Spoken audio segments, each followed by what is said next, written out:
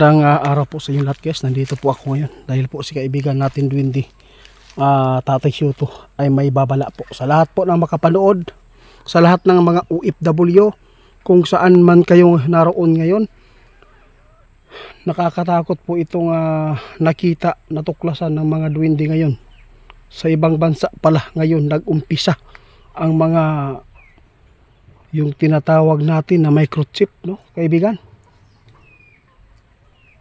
Nababahala po ang mga kaibigan po nila, makasamaan po nila doon sa kanilang kaharian guys. Nababahala ngayon sa mga tao na ito ay hindi makapaghanda at hindi makapagmamasid kung ano man po ang mangyayari sa mundong ito.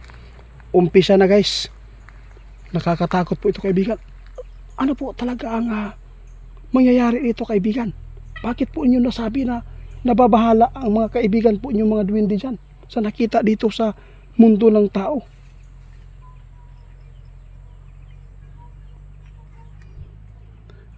Alam po nyo guys, yung sinasabi na ating kaibigan na shutdown, mauni ang giingon guys, pwede mag shutdown yun ang tibuok kalibutan tungod sa mga maalamon o makapangyarihan na mga tao diri sa atoang kalibutan.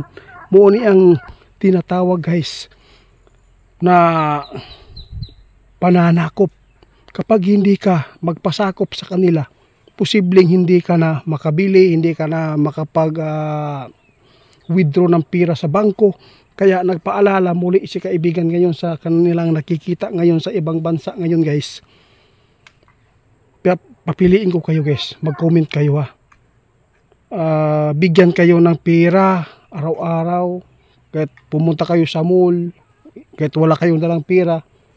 Kapag nagkaroon na kayo ng sinasabi natin microchip, pumili po kayo saan kayo yung kaluluwa nyo nasa dagat-dagatang apoy o yung hindi talaga nagpatinag sa anumang mga sitwasyon na magaganap ngayon dito sa ating mundo. Pumili kayo. Saan po kayo? Doon ba kayo sa may matatanggap buwan-buwan or pagpasok mo doon sa mall, kahit wala kang pira, pag nalagyan ka na yan, pag ito ay nasa sayo ngayon, saan po kayo pumili? Yun po ang mapaabot namin. Mag-comment po kayo dyan. Kung si kaibigan ang papipiliin po noon, sabi po niya, bahala na, no? Piliin natin po na hindi tayo magpalinlang kahit ano pa ang mangyayari. Kasi po panandalian lang po talaga yan. Di ba kaibigan? Grabe ang ilang natuklasan ngayon sa lahat ng mga makapanood sa ating mga supporters natin dyan sa ibang bansa. Lalo na ang mga kaibigan po natin sa ibang bansa ngayon na nakapagbili na ngayon dito ng lupa. Swerte kayo. Dahil po kapag magkakagulo na doon sa ibang bansa, kasi ngayon ay grabe ang natuklasan ng ating kaibigan na grabe na talaga ang umanib ngayon guys. Napakarami na, umpisa na. Kung sino man po yung mga tao dyan na may mga pondo sa bangko, kung mayroon kayong mga pira dyan sa bangko, hanggat hindi pa dumating ang sinasabi na kinatatakutan ng ating kaibigan ngayon, kapag maabutan ka yan, hindi mo na yan ma-withdraw kung wala kang, di ba kaibigan, kung walang nilagay na electronic sa katawan mo. Yun po sinasabi guys, microchip. Kaya kaibigan, salamat sa mga babala ngayon. Oo. Sino daw ang mga tao na nasa ibang bansa ngayon na takot na maanib sa jablo? Yun po ang advice ng ating kaibigan. I-withdraw na ninyo ang pera nyo. I-withdraw ninyo yan. Baka maabutan kayo. Kung ang mga tao na hindi takot dito ay tanggap niya kung ano man po ang pananakop nila o pag-iinganyo sa inyo na ito ay magpapalagay ng ganyan po. Ibig sabihin yan, kung ganyan po talaga ang mga desisyon nyo, wala talaga tayo magawa, no? nasa inyo lang po ang pagpapasya. Ang sa amin lang, gusto namin na ipauna ang mangyayari po hanggat hindi pa na ubos ang lahat ng mga tao dito sa paghihikayat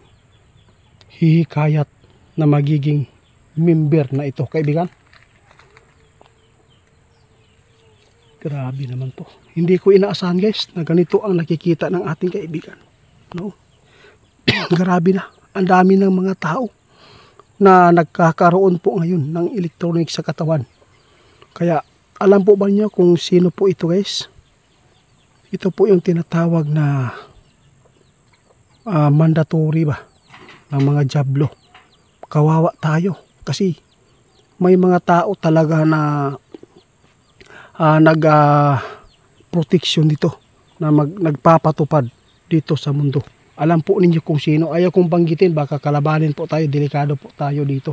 Alam na po ninyo, nagsimula ito sa ibang bansa ngayon. Alam po natin sa Sweden ay napakarami ng mga tao dyan na member, no?